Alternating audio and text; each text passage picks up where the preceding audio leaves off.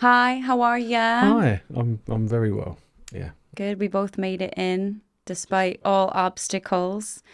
If you're listening to this, hello. Thanks for joining us. Gonna do something a bit different today. So, Guy and I are founders of quite a niche but growing area of B2B marketing.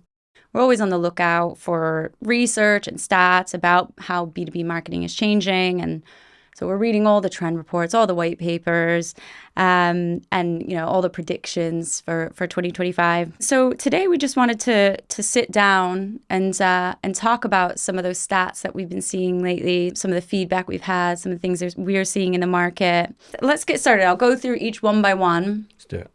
and we'll take it from there. So stat and proof point number one that I noted, and these are all, by the way, from kind of tail end of last year. We're recording mid-Jan, so just so everybody knows, we'll link to all the research and the stats and the reports that we're quoting here in the show notes. So yeah, if you want to check those out after listening, please do. There's so much more information than we'll cover today. But yeah, going back to stat one, kicking things off. So total video viewership on LinkedIn is up 36% year on year. And last year, 41% of B2B marketers said they plan to increase their distribution of video content, and 46% said they plan to increase their social media content.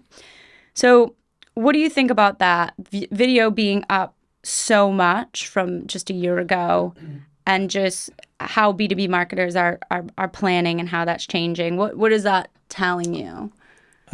So I think firstly, it's kind of start. I would say that stat is looks great, but I think they're building off a low base anyway. It's not like you know everybody on LinkedIn is using the platform in the way that most creators do, but also from a video point of view, they're not.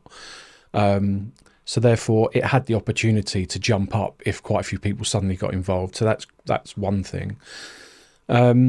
Secondly, the LinkedIn video channel and the tab that they've applied to the app has definitely sped things up in terms of the distribution that you see, we see, everyone sees on the app, and it's whether or not you kind of go into it. There are sections on your when you're scrolling that they'll come up and a lot like the other consumer apps where you'll be given the choice to see video, but it's just being pushed a lot more from a platform point of view. I think, look, the reason why we're doing this is because when we We know put that. video, well, we know that, but we also know that it works. Yeah. Like what we've seen is the engagement is very different. The ability for us to get our points across, to story tell, to all the buzzwords, but all of the things that kind of as a consumer of social media, but also as a business consumer, that we like. We like seeing the people behind the brand. We like seeing people talking about what they do, how they do it, and it just kind of makes sense. It's kind of what human beings have always liked. It's just bringing it into a channel or a platform where it hasn't really been before. I was thinking about when you were talking about prepping. If I think about, say, the first year of like the lockdowns, pandemic, etc., there was a bit of I felt that video started to kind of get onto LinkedIn a lot more. You start seeing, people's People are just home. heads pop up, and you're Yeah. like, oh right, okay. And it kind of came and went. I think people like did it, and it didn't really. There was a lot of eye rolling. I think, oh God, him again. Or so I think that was almost like the test bed, but probably the world wasn't ready for it. Yeah. People weren't ready to have that Yeah, that was four that years much ago. headshot. 5 years ago now almost. Yeah, and I think now things have moved into a space where actually, you know, Professional networks are professional ready. network are ready to kind of utilize video a lot more than how it was being. It's probably being used in a quite amateurish way. Now it feels like when you see a video on LinkedIn not all of them are like I mean, they're not polished. They're actually better when they're not polished. But that We love the lo-fi content. But you can see a difference. You can Yeah. see people are taking it more seriously, and they're like, right, okay, how do I not make it look like I'm sitting in a loft? Yeah. You know, it is different. I think that goes for brands as well as creators or just individuals. Even you don't even have to be a creator. And I think on the just the wider social stat, whereas nearly half of B2B marketers plan to increase social media content. I think the thing that I was thinking about with that is just, we touched on this the last time we sat down, but people are going to their LinkedIn feed first and foremost for information. And I think that key behavior change from maybe 5 years ago, where you might go to industry trade press or a publisher as your first kind of point of call for news updates, that's changed. And so B2B brands know that if people are going for their updates somewhere else, they need to produce the content for that channel, not just repurposed for that channel. And I think that's changing too. Part of that more content, I hope, and we're hopefully a player that plays a part in this. Not just more content, but better B2B social content. I think content that actually it's not promotional content. It's a value exchange. I heard someone talk about their social network recently, calling it their value network. That I quite like that. I quite like the idea of actually, a social network. You kind of, because of the film, I guess, you kind of align it to maybe Facebook, etc., and it's where you socialize. But then maybe a LinkedIn platform is where you for work, and there's value there. The value is upskilling, learning, connecting. Everything that you would do in real life. But you've got you've got a platform for it. Yeah. And video is starting to play more of a role in that. Absolutely. So I think going on to stat 2 then, because I think this leads nicely into that, is like we've got this world now where you need that value network built online or built for social. Some of the other reasons for that, I think, are people are working hybrid now or sometimes fully remote. You don't have that in-person network. I think personally or professionally, maybe the way that people used to. And what does that say for trust, or where you get information, where you get recommendation? So second proof points I wanted to go through. So according to LinkedIn's Business of Influence research, again, this was late last year published, expert content helps build trust. So 67% of buyers who consume B2B influencer content say that B2B expert content helps build brand trust and creates awareness of different products and solutions. So that's stat 1, but then I've got a couple others that are related to that. We've got another one from Inbox Insight, one of our partners. In their B2B tech buyer research, 75% of decision makers said they trust a brand more if it is affiliated with industry experts or influencers. And finally, we've got stat from Forrester's 2025 B2B predictions, which came out about a month ago. They said they think half of younger B2B buyers are going to turn to external influencers for information and guidance, and will consult 10 plus influencers in their B2B purchase journey. So going back to this opening of what I was saying of trust and recommendation and the value the value network you need to have online, what I think all these stats are telling the story of is that there is a trust gap, because people, at least in the workplace, aren't probably connecting in real life in the same way that they used to 5, 10 plus years ago. What you've been in the industry a long time, like what have you seen? Well, what have you seen change? What do you think about this trust gap, and how people are making decisions? What are your views on like the generational differences? It'd be really interested to hear kind of. Well, we're totally seeing that. We're very much seeing that play out at the moment from the generational shift. I think.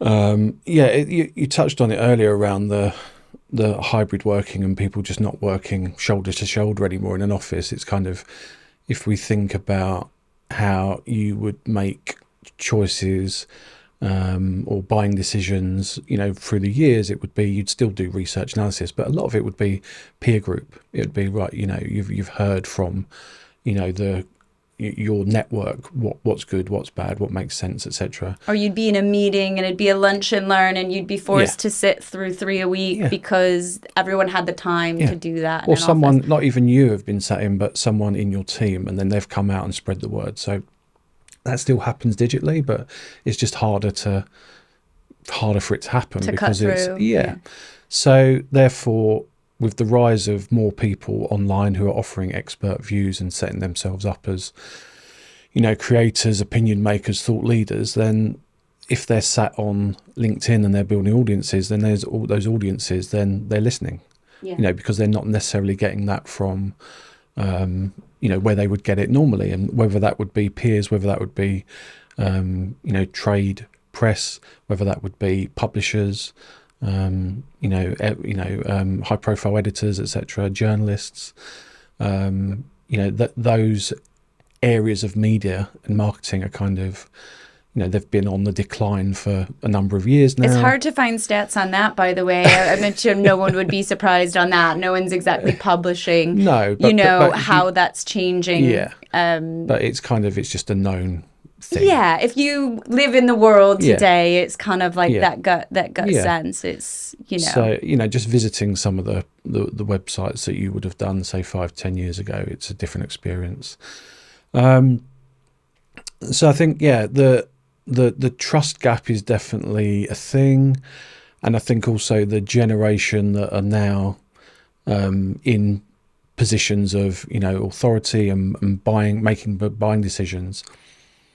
They're looking for that transparency, trust, validation built into any decision that they buy. It's very much, it's around making sure that the brands that they're dealing with or that they potentially want to work with have kind of got their cards on the table, and they're working with people that or they're being seen to work with and affiliated with people within their almost circles of trust. Mm-hmm. So if you think about their LinkedIn network or their value network, they're seeing that's my trusted circle. They're the people that I go to. I feel like I can believe them. Yeah, I'm getting value. As much as you can anybody, right? Yeah, but they're backing it up with the analysis they're putting out, the research they're putting out, the work they're doing. The free content. There's so many great free content sources on social now. And so that every time you use, I think as a B2B decision maker myself in some ways, right? Every time you get a piece of content that helps you practically in your job, that earns the trust of whoever made it, because it's obvious. You think, okay, that worked for me. So then 2 weeks, and you 2 spread months the word. later, 2 weeks, 2 months later, you see another piece of content or another post. Yeah, that's how that trust is earned now. We see when we creators or influencers that we work with, it's quite interesting to see the growth of their followership. There's say IT or technology creators we've worked with where maybe we started working with them 2 years ago and they had a following of let's say 30,000. That's 30,000 individual people, and some of them will be a backlog from when they started on LinkedIn, but a good proportion will be people who have followed them because they've started to post regularly, create videos, create content, etc. But we've got some that's doubled in 2 years. And that's or more than that. Yeah, and that's cases, that's not by accident. That's because people are seeing value and they're also sharing that and reposting the content that's being put out there. And other people are like, oh, that's great. Yeah, I really need to be listening to that person. I need to be understanding what they're putting out on a regular basis. So yeah, that whole space has just changed everything, I think, for people making decisions, and I think brands starting to recognise that a lot more than I think it's hard to do, right? This is one of the things that I always think of is that And it leads on to the next stat or proof point I'll go into in a second. But it's actually, you might have this need awareness of like, yes, the B2B marketing landscape is changing. Yes, B2B decision makers are getting younger. The way that they make decisions is different. But you've got a team in place. You've got a product or a service offering. You can't change it overnight. And so I think that's also a big challenge too, is that, and I think where we're at now personally is that brands do know that. They recognize that. They're just trying to adapt what they're doing in the quickest way possible without, it's not fear of missing out, right? It's fear of messing up, as they say. So they're just trying to innovate, but not mess up. Yeah. Right. It's like, how do I execute in public? Yeah. How do I do this? Because it's so transparent. Once you start working with, either an influencer or a host of influencers or creators, it's kind of like, right, you're out there. You're out there. You're out there. And so you want to make sure you're. Yeah, but I think that's where, if I think about the kind of our service offering, it's like we hold everyone's hand. We're holding the brand's hand to make sure that they're working with the right people, and then half the time we're holding the creator's hand to make sure they're doing the right things for the brand. Yeah, so and also all their expectations are met and the process. Okay, so that goes into like third stat. So, well, it starts off with a stat, but then I've got some more anecdotal evidence that we've seen. So first stat is from Traackr. They're an influencer marketing platform. They said only 15% of B2B companies have well-orchestrated influencer programs. And then kind of on top of that, what I've seen kind of over the past... Probably be a US stat. Yeah, but I think... would we say that's even less other places, totally, right? Yeah. Coupled with that, we've seen all sorts of companies, different types of B2B companies, SAP, SEMrush, and Wix come to mind, to name a few. They're hiring for influencer specialists in-house. I've seen those kind of job specs shared. And then finally, what we've seen in terms of inbound inquiries and the types of questions we're getting asked about what we do really changed in the past 6 months. So kind of, what do you think all of this means for the reality of planning, running, and measuring influencer marketing campaigns? I think we're at a point now where, as we said earlier, brands are kind of recognizing this is something they need to be thinking about. But because it's so early on, it's like, okay, I've got a marketing department already, Just do it. Somebody make it happen. Get on with it.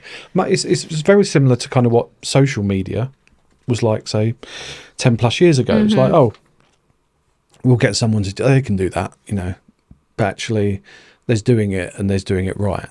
And I think because of this isn't a very people-led channel.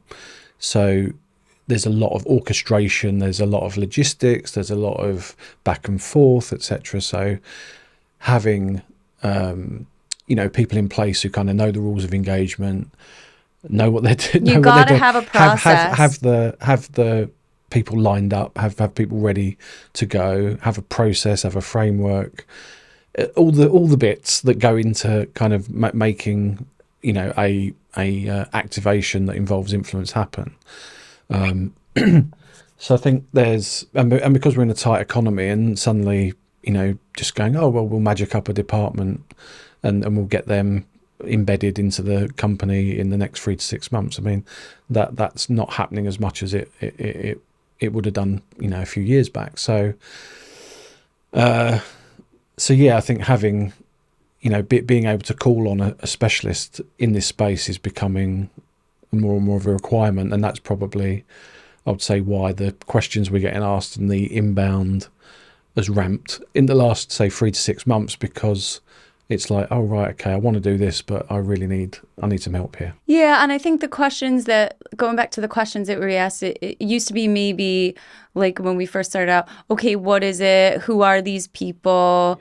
Can you tell me a little bit more about it. Whereas now some of the questions more evolved. Yeah, it's like, what is the process? You know, how much control do we have over the content that is put out? What sort of concepts, or what's the strategy? Can you help us with the strategy? And that tells me that, you know, our clients and prospects have moved on to, you know, where they get that, yeah, that this is it's a new thing. The process doesn't have to be the same every time, but there has to be a process. That's kind of been my takeaway from running so many campaigns. And I think actually that's a really good point. The amount of questions around like ideation and concept and narrative.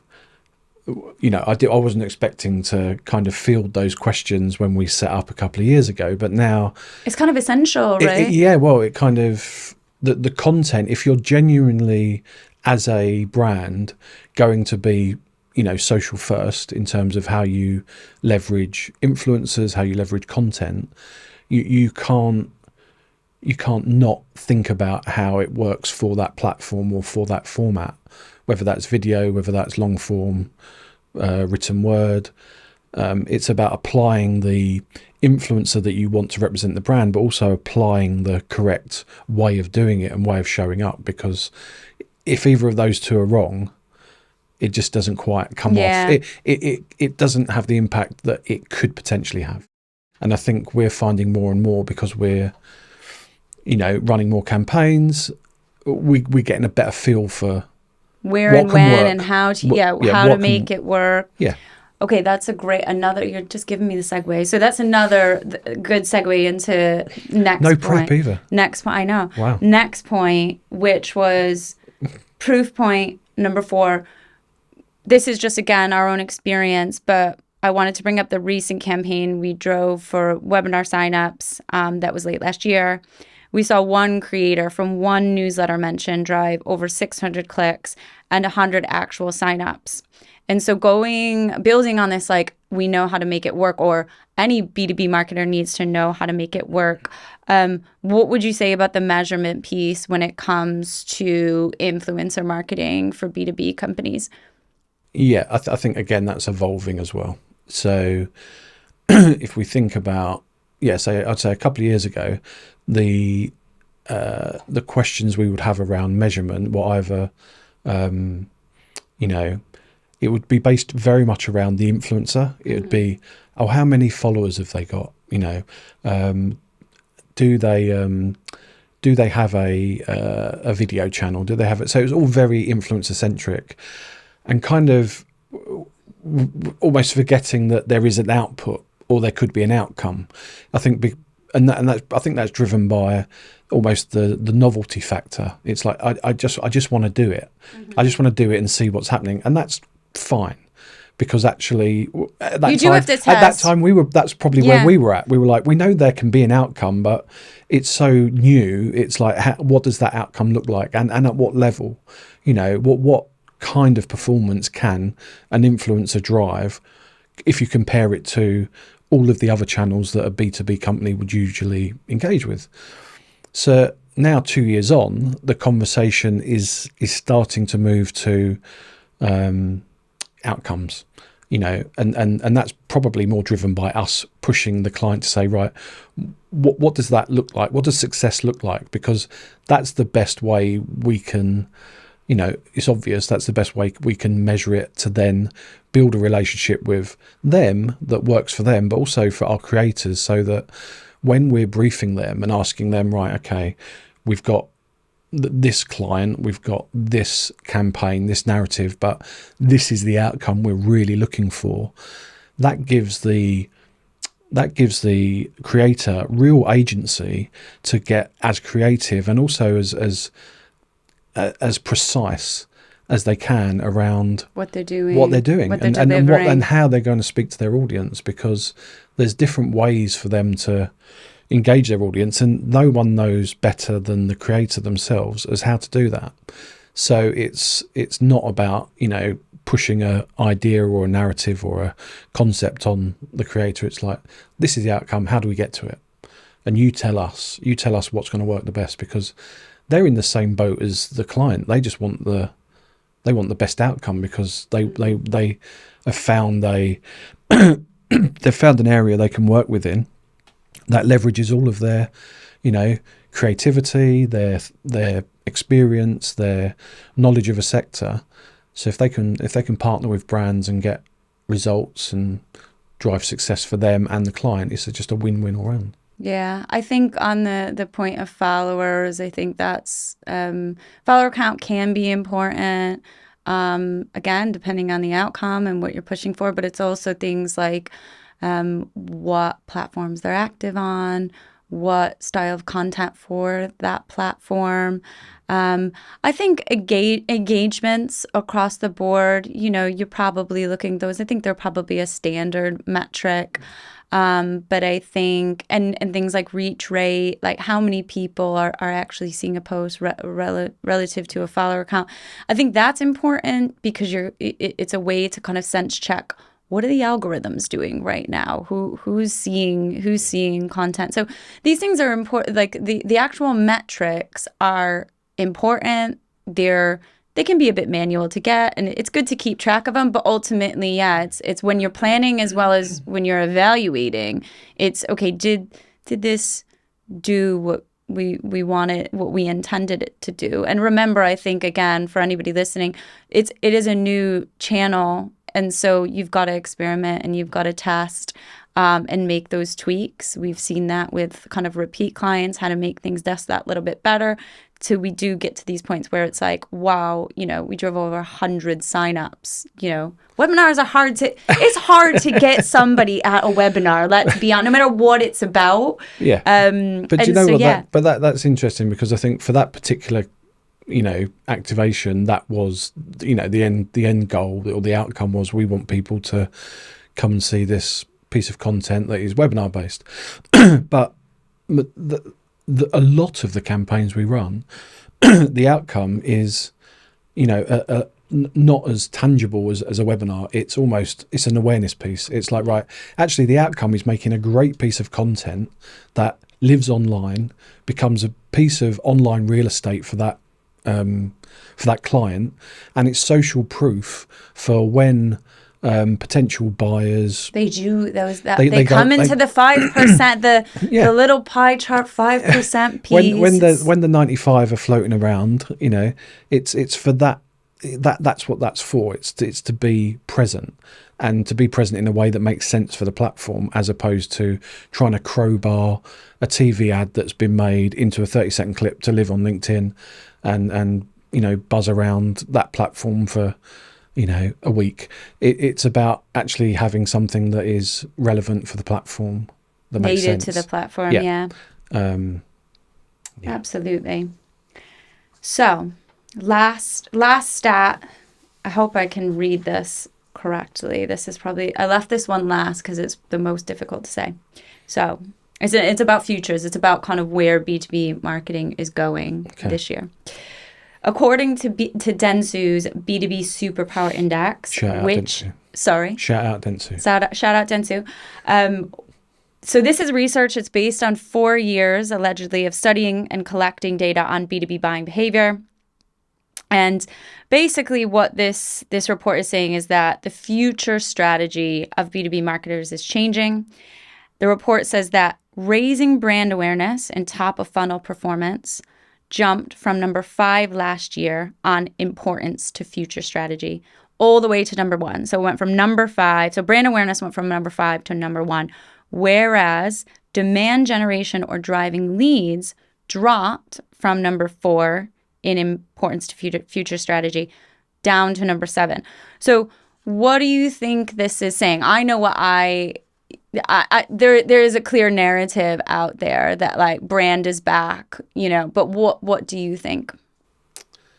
What do I think? So I think it's cyclical. So I think it's cyclical too. As much as I want to big us up. No. It's cyclical, and as you alluded to earlier, because I've been in the industry for quite some time, I've seen the cycles. I've seen it go from everyone running towards lead gen, then everyone pulling back and running towards brand, and oh no, we've got to do more lead gen. Economic reasons we'll change that. And when things tighten up, brand becomes less important. And when it's a bit freer, everyone wants to push their brand. It's just how it is. However, I think what ties into the first stat, I think, around generational buying behavior, and also just people utilizing different platforms to research and to understand where they want to get their information from.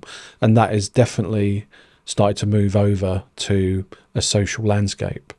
And that's why you're seeing people or these kind of, this research come out, and people feeling like, okay, almost like that's what my predecessors were doing. That whole space is kind of like a bit it's kind of like it's obsession over performance it's kind marketing. of like that's kind of changing. I think there's still a place for it. It's just around quantity versus quality. It's like, if you're going to go all in on one space and you don't pick the right partner to do it with, guess what? You're going to have a problem.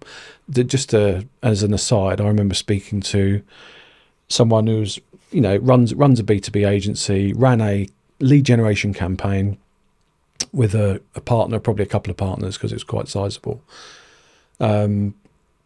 4,000 leads generated in 2 quarters. How many sales opportunities were created off of those 4,000 leads? Question for you: how many? I can't do percentages in my head. So Just a number. Let's say 4,000. It's an easy round number. 4,000. Let's say it's a round number. 100. Zero. It's a round number. It's around that. So that's just one anecdote, but there's others out there of lots of companies going all in on one area and it falling flat. Now, in that particular campaign, there was almost there was zero money or investment in that company's brand.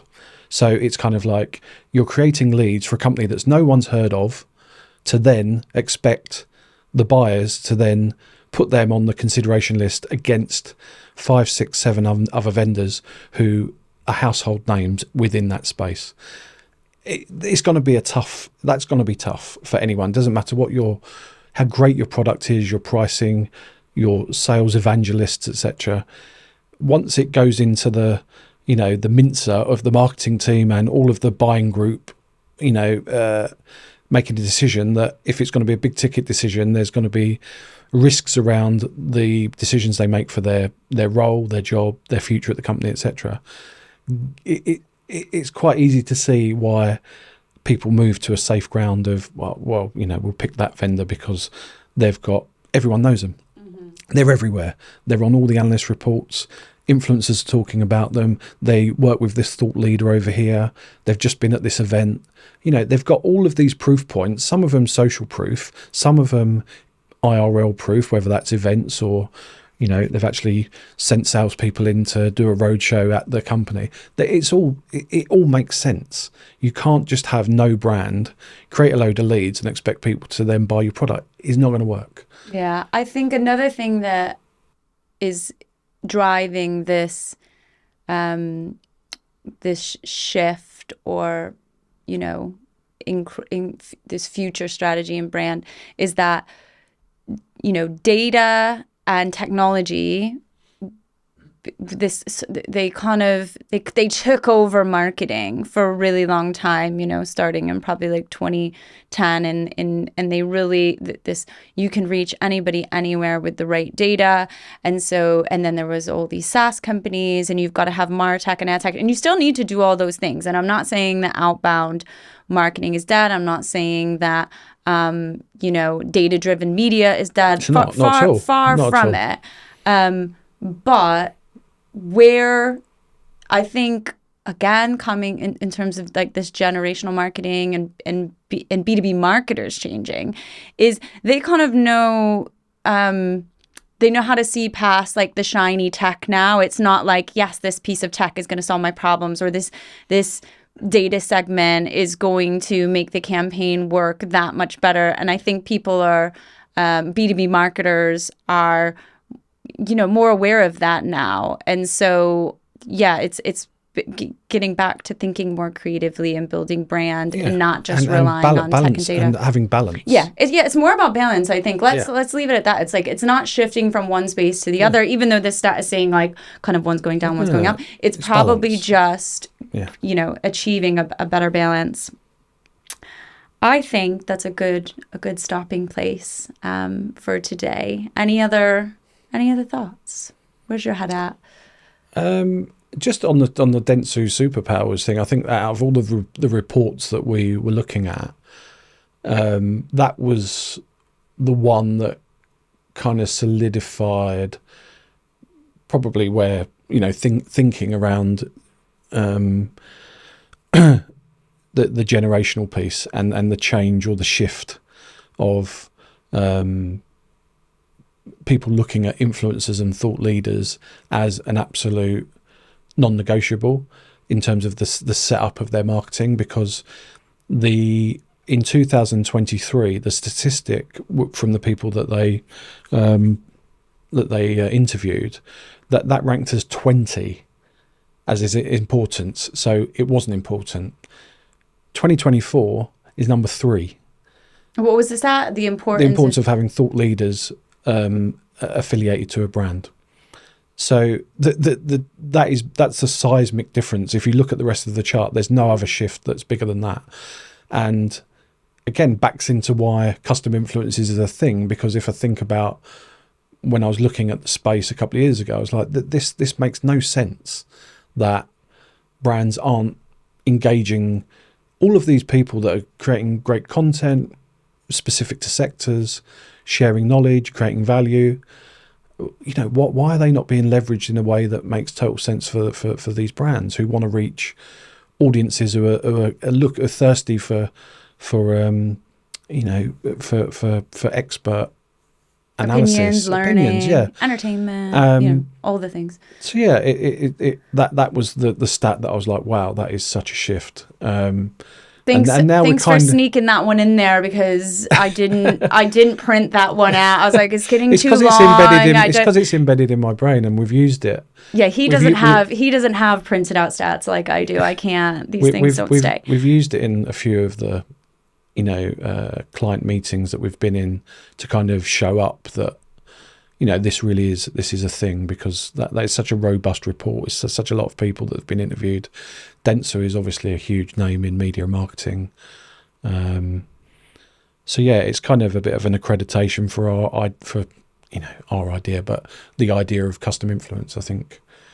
All of the research is really helpful, I think. So like I said, but we'll link to it all. If anybody has any other research, like I've got a spreadsheet of all my good links that I refer to, like I said, because I don't remember it. But send me a message. Let me know what you find. We'll do this again probably middle of the year, when we have more stats to review. But we're going to do more conversations, before that. So thanks for listening. And until we see you next time. Bye-bye.